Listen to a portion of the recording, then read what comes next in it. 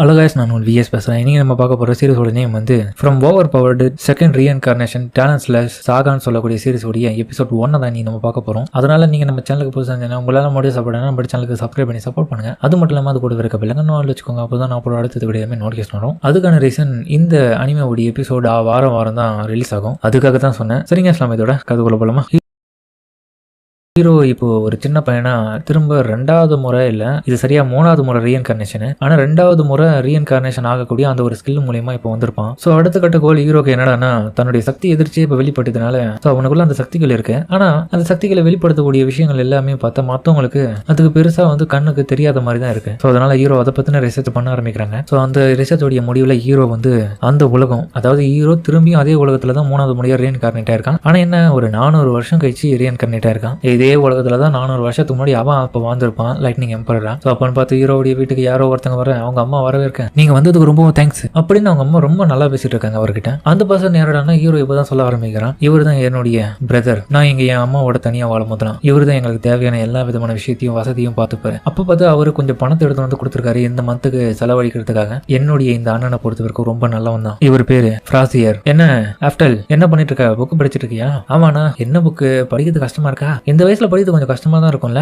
அப்படி இல்ல, ஓரளவுக்கு இன்ட்ரெஸ்டிங்கா இருக்கு. அப்படின்னா சரி, கவலைப்படாத, அடுத்த முறை உனக்கு நான் புது புக்ஸ் எல்லாம் வாங்கிட்டு வரேன். இது கேட்ட ஹீரோ ரொம்ப சந்தோஷமாக அப்பன்னு பார்த்தா அவங்க அம்மாவும், நீங்க இவங்க கிட்ட சொல்லலாம் அவனுடைய அப்பா யாருன்றது. இப்போ சரியா சொன்னீங்க, கண்டிப்பா வந்து இவன் பண்ற விஷயத்த எல்லாமே நான் அங்க போய் அவர்கிட்டயும் சொல்லுவேன். கண்டிப்பா கொஞ்சம் கொஞ்சமா இவன் வளர்ந்த பிறகு அவர் பார்க்கணும்னு ஒரு நாள் இயங்குவார். ஆனா அதுக்கு முன்னாடி இவன் எல்லாத்துலயும் மாஸ்டர் பண்ணி ஆகணும், அப்பதான் அப்பா பார்த்துக்க ஒத்துக்குவாரு. அதுவும் உண்மைதான். அப்போதான் பார்த்த ஹீரோவும், அண்ணா நான் எப்போ என்னுடைய அப்பாவை மீட் பண்ணுவேன்? இதை கேட்ட அவனும், என்ன மன்னிச்சிடு எஃப்எல், உன்னுடைய அப்பாவை பொறுத்த வரைக்கும் ரொம்ப கடினமா உழைக்கிற ஆளுன்றதுனால அவர் ரொம்ப பிஸியா இருக்கிறாரு, அவர் கொஞ்சம் டைம் கிடைச்சது உன்னை பாப்பாரு. ஹீரோ மனசுக்குள்ள சோகத்தோட யோசிச்சுட்டு இருக்கேன், நான் என்னுடைய அப்பாவை இது வரைக்கும் மீட் பண்ணது இல்லைன்னு. என்னுடைய அப்பா பேரு தான் டியூக் ஆர்கட். மேஜிக் ஃபீல்டை பொறுத்த வரைக்கும் அவர் ஒரு முக்கியமான ஆளு. அவர் கிங்டம் ஆஃப் ஆசூர்ல இருக்க. அது மட்டும் இல்லாம என் பாஸ்ட் லைஃப்ல நான் தான் லைட்னிங் எம்பரரா இருந்தேன். சோ என்னுடைய எம்பரர் கீழே வந்த தலைமுறையை சேர்ந்தவங்க தான் இவங்க எல்லாருமே. ஆனா அவர்கிட்ட பிடிக்காத விஷயம், என்னுடைய அம்மாவை கிட்ட எந்த விதமான மேஜிக்கும் இல்லாதனால அவங்கள ஒதுக்க வச்சாங்க. அது கூடவே அவருடைய மற்ற வைஃப்ஸ் எல்லாம் சேர்ந்து எங்களை ஊரை விட்டு தான் தள்ளி வச்சாங்க. அவங்களுக்கு சுத்தமா எங்களை பிடிக்கல. ஏன்னா எங்க கிட்ட எந்த விதமான மேஜிக் பவர் எதுவுமே இல்லை. அதுதான் ரீசன். மேஜிக் திறமை இல்லாம பிறந்த குழந்தைய வச்சுட்டு நீ எதுக்காக இங்க இருக்குன்னு சொல்லிட்டு எங்களை தொடர்த்தி அடிச்சாங்க. ஸோ அதோடைய விளைவாக தான் நாங்க இப்போ இந்த இடத்துல வாழ்ந்துட்டு இருக்கோம். கண்டிப்பா என்னுடைய அப்பாவுக்கு நான் அவருடைய பையன்றது கூட நேற்றுக்கு மறக்கிறதுக்கு நிறைய வாய்ப்பு இருக்கு. இதனாலதான் என்னுடைய அப்பாவால என்ன பார்க்கவே முடியல. நானும் அவர் பார்த்தது இல்லை. உடனே பார்த்தா அங்க இருக்கிற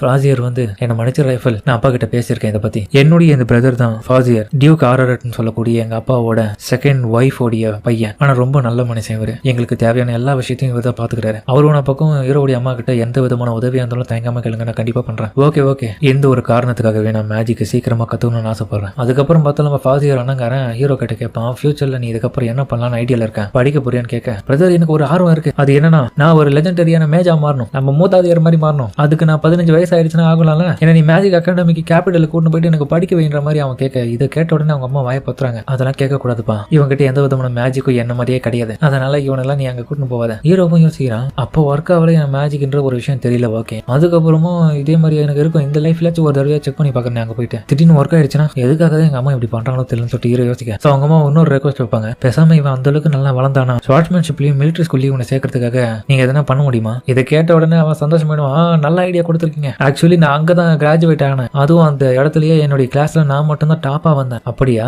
நல்ல முடிவா தான் எடுத்திருக்கீங்க, கவலைப்படாதீங்க. அடுத்த கட்டமா அதுக்கு தேவையான விஷயத்த நான் இவனுக்கு பண்றேன். பேசாம இவனுக்கு ஒரு விஷயத்த பண்ணுவோம், இவனுக்கு மேஜிக் கூடவே ஸ்வாட்ஸ்மேன்ஷிப்பையும் சொல்லி கொடுப்போம். ஸோ ரெண்டுத்தையும் கத்துக்கிட்டோம். ஏன்னா மேஜிக் ஸ்வாட்ஸ்மேன்ன்ற ஒரு விஷயம் வந்து ரொம்ப ரேனா இருந்தீங்க. ஸோ மிலிட்டரியில இந்த மாதிரியான ஆட்கள் ஈஸியா வேலைக்கு எடுத்துப்பாங்க. பேசாம நான் இனியிலேருந்து அவனுக்கு பயிற்சி கொடுத்தா உங்களுக்கு எந்த விதமான பிரச்சனையும் இல்ல. இதை கேட்டவங்களும் அப்பனா ஓகே பண்ணுங்க, தாராளமா எந்த பிரச்சனையும் இல்லை. இதை கேட்ட உடனே ஒரு பக்கம் மொத்தம் நம்ம ஹீரோ அதிர்ச்சி ஆகிறான். அங்க போன பிறகு பார்த்தா ஹீரோக்கு கடுமையான ஸ்வாட் ட்ரைனிங் கொடுத்துட்டு இருக்கான். அங்க ஃப்ராசியர் ஒரு பக்கம் ஹீரோவை பாராட்டான், இதே வேகத்துல போனா கண்டிப்பா நீ கூடிய சீக்கிரமே அதில் செலக்ட் ஆகலாம்டா. ஹீரோவும் நல்லா புரிஞ்சுது, இந்த ஒரு வாய்ப்பை பயன்படுத்தி மேஜிக்கை பயன்படுத்தணும். என் அண்ணன் பேசிக்கான எஜுகேஷன் என்ன சொல்லி தருவான், அதுக்கப்புறம் மிலிட்டரி சயின்ஸையும் சொல்லி தருவான். ஆனாலும் எனக்கு புரியாத விஷயம், நான் எதுக்காக மேஜிக் பிராக்டிஸே பண்ணல, எனக்கு மேஜிக் பிராக்டிஸ் பண்ணி ஆகணும். அப்போ பார்த்து ஹீரோவும், அண்ணா என்னப்பா ஆச்சு, டயர்ட் ஆயிடுச்சா? இல்ல, எனக்கு ஆக்சுவலி மேஜிக் அகாடமிக்கு போகணும்னு தான் ஆசை. எங்க கவனி எஃப்எல், இந்த இடத்துல வாழக்கூடிய எல்லா விதமான மக்களும் நல்லவங்களும் கிடையாது கெட்டவங்களும் கிடையாது, அது எனக்கு தெரியும். எனக்கு மேஜிக்கல் பவர்ஸ் இல்லன்றது நல்லாவே தெரியும். ஆனா என்கிட்ட மானம் இருக்குல்ல, அதை பயன்படுத்தி மேஜிக் வெளிப்படுத்துறதுக்காக நான் ட்ரை பண்றேன். ட்ரை பண்றதுல என்ன தப்பு இருக்கு? ஹீரோ அதுக்கப்புறம் யோசிப்பான், நான் மேஜிக் அகாடமிக்குள்ள மட்டும் நுழைஞ்சிட்டேன்னா கண்டிப்பா அந்த இடத்துல என்னுடைய பாஸ்ட் லைஃப்ல என் மேஜிக் லிமிட்ஸ் எல்லாத்தையுமே தடுக்கக்கூடிய விஷயம் விஷயம் என்னன்றத நான் க்ளூவா கண்டுபிடிக்கிறதுக்கான வாய்ப்பு இருக்கேன். சரி ஓகே, அப்பனா நான் உனக்காக இப்போதைக்கு ஒரு ஸ்பெல்ல பண்ணி காட்டுறேன், அதை நீ ட்ரை பண்ணி பாரு. சோ நீ அதை பண்ணினா கண்டிப்பா நானே உனக்கு ரெக்கமெண்ட் பண்றேன் மேஜிக் அகாடமி போறதுக்காக. சரி ஓகே, நான் ட்ரை பண்றேன். அதுக்கப்புறம் பார்த்து ஹீரோ மனசுக்குள்ள அவனை நினைச்சு ரொம்ப சந்தோஷமா இருக்கான். ஏன்னா கத்து கொடுக்க மாட்டேன்னு சொன்னா இப்ப கத்து கொடுக்குறான்ல. ஆனா அவரு உன பக்கம் என்ன மனித ரைஃபிள், இதுல பிரச்சனை இருக்கு. மேஜிக்கே இல்லாத ஒருத்த மேஜிக் ஸ்கூலுக்கு போனா அங்க இருக்கிற எல்லாரும் உன்னை கண்டிப்பா வேற விதமா பேச ஆரம்பிப்பாங்க. அது கண்டிப்பா உனக்கு பின்னாடி பிரச்சனையா வரதுக்கு வாய்ப்பு இருக்கு. உனக்கு உண்மை என்னன்றது புரிய வச்சு நான் ஹெல்ப் பண்ண தான் ஆசைப்படுறேன். அதனால உனக்கு மிலிட்டரி ஸ்கூல் தான் கரெக்டா இருக்கும், கேர்ஃபுல்லா வாட்ச் பண்ணுன்னு சொல்லிட்டு அதுக்கப்புறம் பார்த்த தலைமை ஒரு மேஜிக்கை பயன்படுத்துறதுக்காக ஸ்பெல்ல வந்து காஸ்ட் பண்ண ஆரம்பிப்பான். ஸோ அவனுடைய காஸ்டிங் எல்லாம் பார்த்து ஹீரோ ஷாக் ஆவான். என்னடா இவன் இப்படி எல்லாம் ஆட்டி அசைஞ்சு வெளில காஸ்ட் பண்ணிட்டு இருக்காங்க. அப்புறம் விண்டு ஹெட்னு சொல்லிட்டு ஒரு அட்டாக் பண்ண அந்த ஒரு அட்டாக்ல வரக்கூடிய ஒரு விண்டு பவர் உடனடியா போயிட்டு அங்க இருக்க மரத்தையே வெட்டிடும். ஆனா அவனுக்கு பார்த்தா அடுத்த கட்டமா மூச்சு வாங்கும். அடேங்கப்பா பெரிய விஷயம் தான் பண்ணிருக்கோம், கண்டிப்பா இதை பார்த்து நான் வாயம் பழந்து நம்மள பாராட்ட போறான் அப்படின்னு யோசிக்க. அப்போ ஹீரோ வந்து என்னது அவ்வளவுதானா அவங்களால முடிஞ்சது, இதை பார்த்துட்டு அவன் கடுப்பாவான். டே என்னடா அவ்வளவுதான், இது எவ்வளவு பெரிய விஷயம் தெரியுமா, எங்க பாரு இது ஜஸ்ட் ஆரம்பம் தான்டா அப்படின்ற மாதிரி சொல்ல ஹீரோ அடுத்த செகண்ட் அந்த ஸ்பெல்ல போட்டு காம்பாம் பாருங்க. அவன் பண்ண விண்டு பவர்ல பல கிலோமீட்டருக்கு அந்த இடமே இருக்காது. என்னடா அது விண்டு பவர் சுட்டு அங்க நடந்த சேதாரத்தை பார்த்து வாய பழக்கிறான் நம்ம பாத்தியாரு. 7 வயசு பையன் பண்ற வேலையோட இது மேஜிக் வச்சு உண்மையிலே திரும்ப போறதும் வந்திருக்கான் அந்த சாகா மேஜா. ஏன்னா அப்படிதான் இவன் பயன்படுத்திருக்கேன் இந்த பவர்லாம். 7 வயசு பையனால இப்படி எப்படி பண்ண முடியும். எஃபில் இப்ப என்னப்பா நீ பண்ண, இது கேட்ட உடனே ஹீரோ ஷாக் ஆவான். ஆமால என்ன மன்னிச்சிருங்க, அது என்னன்னா நீங்க ஆக்சுவலி வந்து பயன்படுத்துறது லெவல் 4 விடவும் கம்மியான ஸ்பெல்ல தானே போட்டீங்கன்னா.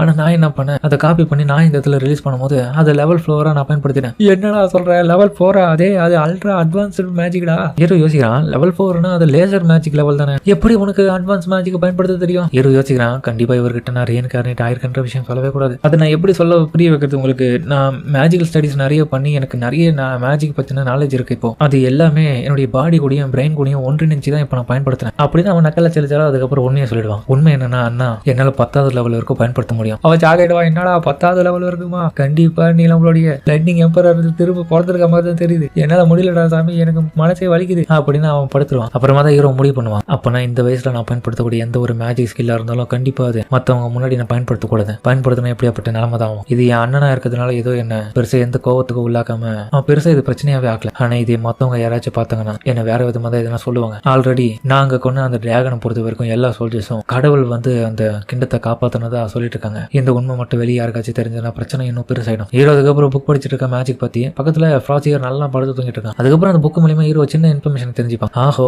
இப்பதான் புரியுது, என்னுடைய பாஸ்ட் லைஃப்ல 400 வருஷத்துக்கு முன்னாடி நான் இருந்தப்போ இந்த இடத்துல ரேக்கிங் சிஸ்டம் பொறுத்த வரைக்கும் வேற விதமா இருந்துச்சு. ஆனா இப்போ டோட்டலா மாறி இருக்கு. அப்புறம் பார்த்தா ஹீரோ அவன் பயன்படுத்தின அந்த 4வது லெவல் மேஜிக்கை பொறுத்த வரைக்கும் அவன் காலகட்டத்துல அது லேசர் லெவல் மேஜிக் லெவல். ஆனா இந்த காலகட்டத்தை பொறுத்த வரைக்கும் அது அல்ட்ரா அட்வான்ஸ்டு மேஜிக். சோ இந்த ஒரு விஷயத்தினாலதான் வந்து அவன் பயந்துருப்பான். சோ இப்போ அவன் கண்மூடிட்டு இருக்கும் போது இவன் கண்மூடிச்சானா என்னடா நம்ம பதில் சொல்ல போறோம்னு ஹீரோ முடிச்சிட்டு இருக்கான். நம்ம மன்னிப்பே கேட்டலாம் சொல்லிட்டு யோசிக்க அப்பன்னு பார்த்து அவன் கண்மூடிக்க எப்பல என்னடா காரியம் பண்ண சொல்லிட்டு அவன் கண்மூடிக்க அண்ணா கண்மூசியா டேய் ஒரு 7 வயசு பையன் பண்ற வேலையாடாது என்னடா பண்ணி வச்சாங்க. இதை பார்த்து ஹீரோ அவரை மறக்கடிக்கணும் செய்யணுன்றதுக்காக என்ன பேசிட்டு இருக்கீங்க அண்ணா ஒன்னும் புரியலையே என்ன சொல்ற, உங்களுக்கு ஞாபகம் இல்லையா நீங்க ஒரு பெரிய அட்டாக் பண்ணீங்களே மேஜிக் ஸ்பெல் மூலியமா, அது அங்க இருந்து மரத்தையே விட்டுடுச்சு உங்களுக்கு ஞாபகம் இல்லையா, நீங்க உண்மையிலே வேற லெவல், உங்களை மாதிரியான அந்த ஒரு மேஜிக்ல என்னால் பயன்படுத்த முடியாது, நானும் எவ்வளவு ட்ரை பண்ணதுக்கப்புறம் எனக்கு வரவே இல்லைங்க, அப்புறம் நீங்க பயன்படுத்தினது அதிகப்படியான மேஜிக்னால இங்க வாங்கிட்டீங்க. ஓ அதுதான் நடந்துச்சா சரிப்பா. சோ அப்பனா இதுக்கப்புறம் நான் படிக்கக்கூடிய எல்லா விஷயமும் சீக்கிரட்டா படிச்சு தான் மேஜிக்கை ட்ரெயின் பண்ண ஆரம்பிக்கணும். அடுத்த கட்டமா ஹீரோ சீக்கிரட்டா பண்ண வேண்டிய விஷயத்த சீக்கிரட்டா பண்ணாலும் இன்னொரு பக்கம் மிலிட்டரியில சேரணுன்றதுக்காக ஃப்ராசியர் வந்து தன்னால் முடிஞ்ச அளவுக்கு ஹீரோக்கு சொல்லிக் கொடுப்பான். ஹீரோ கொஞ்சம் கொஞ்சமா கத்துக்கிட்டே வரான். ஸோ ஹீரோவால தோல்வி ஏற்றுக்க முடியாதனால கோவத்தோடு திரும்ப ஏஞ்சி திரும்ப ட்ரை பண்ணலாம் சொல்லிட்டு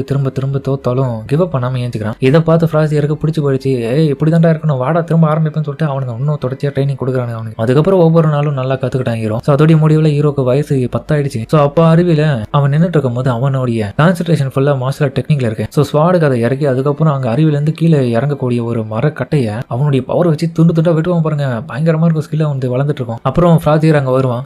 வாடா இன்னைக்கு நான் ட்ரைனிங் ஆரம்பிப்பேன்னு சொல்லிட்டு அவன் கூட்டிட்டு போயிடறான். அப்புறம் அங்க கூட்டிட்டு போற பிறகு இங்க பாரு எஃப்ல இந்த முறை உனக்கு சூப்பரான ஸ்பெஷல் லெசன் இன்னைக்கு காத்துட்டு இருக்கு. என்ன சொல்ற அண்ணா? ஆமா இன்னைக்கு நான் உனக்காக ஒரு ஸ்பெஷல் கோச்சே இங்க கத்து கொடுக்க வர வச்சிருக்கேன். அப்புறம் பார்த்தா அவரு அங்க வர ஹீரோ விட பல மடங்கு பெருசா இருக்காரு. நீ பேசியிருந்த அந்த குட்டி பையன் இவன் தானா ஃப்ராசியர்? ஆமா சார். அவரோட பக்கம் டெரரா பக்கம் இவர் மூஞ்சியா டெரரா இருக்குது மொட்டை பாசுக்கு, அதுவும் இல்லாம ரொம்ப பெருசா இருக்காரு. அப்பதான் நம்ம ஃப்ராசியரும் எஃப்எல் இவர் தான் mister Moria, former knight commander of the kingdom of Azul, அதாவது நம்ம அப்பாவுடைய கிண்டத்துக்கு இவர் தான் ஃபார்மர் நைட் கமாண்டர். உங்களுக்கு பார்த்தல சந்தோஷங்க. டேய் தம்பி அதெல்லாம் விட்டு என்ன அட்டாக் பண்ணு, அதாவது உனக்கு எப்படி தோணுதோ அந்த மாதிரி என்ன அட்டாக் பண்ணு. அதுக்கப்புறம் பார்த்தா அண்ணங்கிறேன் குட் லக்டா ட்ரை பண்ணு. இதெல்லாம் கேட்டுட்டு என்ன இவர் சொல்றாரு, என் விருப்பப்படி அட்டாக் பண்ணலாமா எப்படி வேணாலும். இவர் பார்க்கவே ரொம்ப ஸ்ட்ராங்கா தான் தெரியுறாரு. என்னடா ரொம்ப நேரம் அதே இடத்துல நின்றுட்டு இருக்க குட்டி பையா வந்து சண்டை போடுறோம் எதுக்கு தான் காத்துட்டு இருந்தேன், வரியா இல்ல நான் வரட்டுமான்னு சொல்லிட்டு அவரு உன பக்கம் டெரரா வந்து அட்டாக் பண்ண வராரு. ஹீரோ உன பக்கம் அவர்கிட்ட தப்பிக்க ரொம்ப ஸ்லோவா இருக்கடா தம்பி அப்படின்னு கலாய்ப்பார் பாருங்க. ஹீரோ கடுப்பிட்டு அவனுடைய பிசிக்கல் எபிலிட்டி எபிலிட்டியை என்ஹான்ஸ்மெண்ட் பண்ணிடுவான். ஸோ இதனால ரொம்ப ஸ்பீடா இருக்கு. அவர் கண்டுபிடிச்சிருவாரு, என்னடா பிசிக்கல் எபிலிட்டியை என்ஹான்ஸ் பண்ணிருக்கியா,